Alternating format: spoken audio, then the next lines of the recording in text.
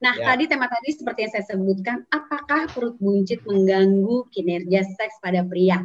Yang kita ketahui kalau perut buncit identik dengan obesitas, gitu ya dok, obesitas betul. atau overweight. Nah, namanya obesitas itu kan juga udah dibilang nggak sehat, gitu ya dokter ya. Ya, betul. Nah, ketika orang dengan obesitas dan tidak sehat ini, itu kira-kira dengan maksudnya mengganggu kinerja seks pada pria itu gimana ya dok maksudnya? Silakan dokter Besar. Ya, jadi yang namanya perut buncit itu kalau bahasa kita itu adalah obesitas sentral. Ya, jadi obesitas sentral di mana obesitas itu atau gemuknya itu bukan badannya tapi pada perut. Ya, perutnya buncit. Nah, itu obesitas sentral. Nah, pada saat obesitas sentral terjadi, maka kita tahu itu bukan otot lagi yang menumpuk di sana, tapi lemak. Ya, lemak itu sumber segala yang namanya problem. Ya, dalam hal ini terjadi reaksi inflamasi atau peradangan. Dan inflamasi atau peradangan ini disebabkan oleh material lemak yang ada di bawah di dalam perut ya yang melingkupi organ-organ tubuh kita ya.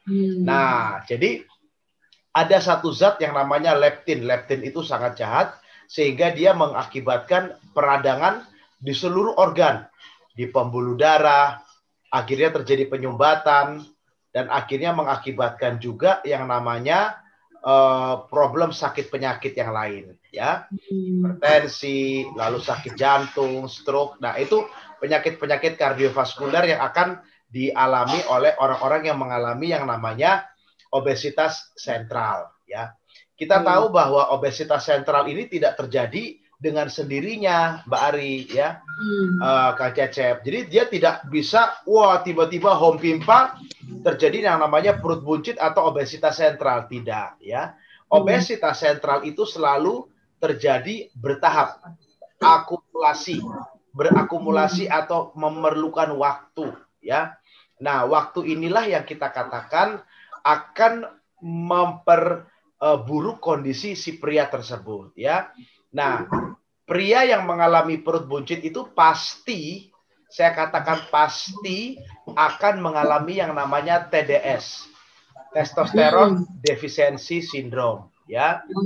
Nah, testosteron deficiency syndrome ini akan terjadi pada pria-pria yang terlihat secara klinis atau secara fisik dia mengalami perutnya buncit atau obesitas sentral. Nah, testosteron dia pasti turun. Pasti kalau kita ukur di lab itu di bawah 400 nanogram per desiliter. Pasti.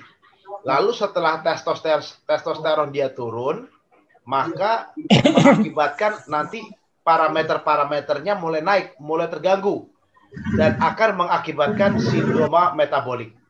Ya, sindroma metabolik itu adalah satu kondisi atau satu gejala, kumpulan gejala akibat dari kekurangan testosteron. Kita tahu bahwa akibat dari kekurangan testosteron itu akan mengakibatkan yang namanya hipertensi. Tensi dia akan meningkat di atas 140/90, pasti. Lalu akan mengakibatkan kadar gula darahnya naik. Kadar gula darah sewaktu akan lebih dari 160 ya. Ya, ada yang pakai 160, ada yang pakai 180. Atau akan mengakibatkan yang namanya kolesterol total dia naik di atas 200. Atau LDL dia akan naik di atas 100. Sehingga ini akan mengakibatkan problem sakit penyakit terutama kardiovaskular buat para pria. Ini yang kita katakan sindroma metabolik. Sindroma metabolik ini akan mengakibatkan kebugaran tubuh pria itu sangat nyata, terganggu, ya nyata sekali terganggu. Sehingga kita tahu bahwa mulai dari testosteron turun, lalu berakumulasi kepada penumpukan lemak, ototnya berkurang, lalu akan mengakibatkan penumpukan lemak di bawah organ, di bawah dinding perut ya, di dalam organ-organ perut itu ya. Lalu akan mengakibatkan parameter terganggu sehingga akhirnya mengakibatkan sindroma metabolik. Kalau sudah terjadi sindroma metabolik selesai, artinya libidonya si pria pasti akan drop. Ereksi dia pasti akan turun. Pasti. Libidonya drop, ereksinya turun, lalu yang pasti juga akan mengakibatkan pria tersebut tidak bugar. Dalam artian, dia akan mengalami yang namanya problem-problem kebugaran pria. Men's health problem. Terima kasih sudah nonton. Jangan lupa like, subscribe, dan share ya.